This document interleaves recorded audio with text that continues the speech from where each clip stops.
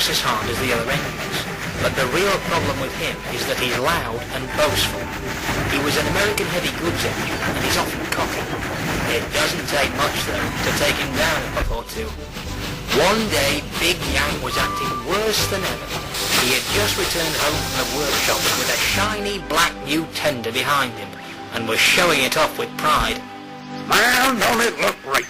I deserved a new tender after all that hard work. It is well deserving being a tender engine. The other engines just groaned and looked at each other with dismay. At that moment, Shunter quietly chuffed through, pushing some trucks to their sidings. Shunter was a little old and dirty, but was a reliable engine and always did his job without fuss.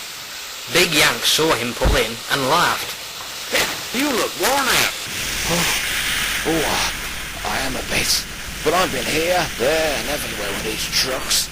I had to stop a few times just to fill up on coal. You Brit engines all think too small. Now, if y'all had a tender like mine, y'all wouldn't need to stop so much. There's a whole lot more than your puny little bunkers can. Take my advice. Get yourself some tenders of your own. They're darn tootin' revolutionary. Every engine should have one. You stick to what's best for you, and I'll stick to mine. Thank you very much. Besides, bigger isn't always better. Yeah, whatever. Just get my train ready, will you?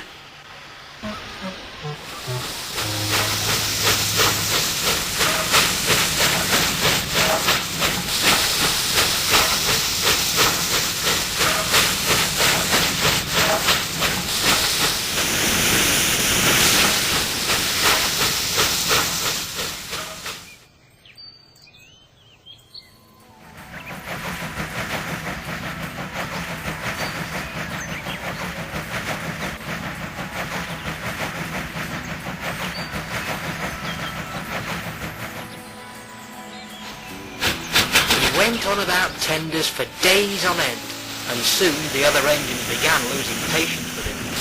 No one had to put up with Big Yank more than Smoker, as Big Yank fancied being in the company of the bigger engines. Yes, sirree. We tenderins have got to stick together. Those silly little puffers don't understand how great our tenders are. Don't you agree? The only reply Big Yank received was a loud snort, for Smoker had fallen asleep long ago. Who needs it? Just then, Terrier arrived from his scenic route, and groaned when he saw Big Yank grinning at him. And how was your run today? Bet you must be tired after all that hill climbing. Now, Terrier doesn't normally talk to the other engines, but Big Yank had been such a pain that he had to say something. Actually, no. As I see Smoker there is worn out after a hard morning listening to you. You don't understand, because you don't have a mighty tender like mine. Well, I want to scrap my bunker anyway. I'm much happier the way I am. With my size, I can carry light loads faster, travel backwards and forwards easily, and what's more... Yeah, but you still can't beat my tender. I can pull more freight in an hour than you folks could the whole day. Besides, you're so small, you won't even keep up with my workload. Terrier snarled angrily. He was the smallest engine on the railway, and hated being teased about his size. Rubbish! I may be small, but you'll never be able to go where I go on my hill route. On a bet, I can go anywhere I like with no problem at all. Even up that molehill you call the High Line. I'd like to see you in that big fat tender of yours. But before Terrier could finish, Big Yank started off up the hill, much to Terrier's surprise. By this time, their argument had caught the attention of the other engines. What on earth is Yank doing? He can't go up there. He's much too heavy. He was right. Terrier's line wasn't strong enough for an engine like Big Yank, but the proud engine didn't know this as he trundled across the bridge, thinking how clever he was being.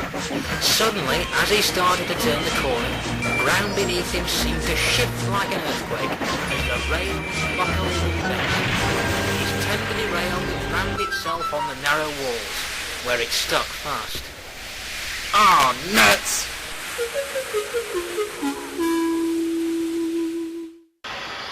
Big Yank tried very hard, and found he couldn't move forward nor back. News spread to the yard, and Shunter set off to the rescue with workmen and tools.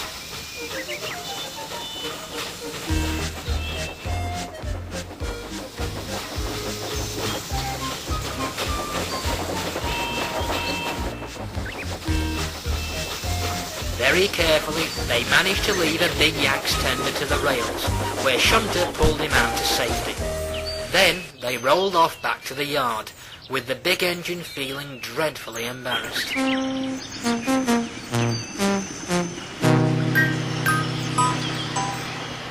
The story, of course, had arrived before them. Big Yank was met with huge grins upon the others' smoke boxes. Well, Yank, you definitely put me in my place. Tenders really are important after all. Absolutely darn tooting revolutionary there. Every engine should have one. Is that not right? Big Yank glared, but said nothing. He just rolled into the shed, grumbling without a word of thanks. Even though his accident served him right, the other engines apologised to him later on. But Big Yank had decided never to boast about tenders again.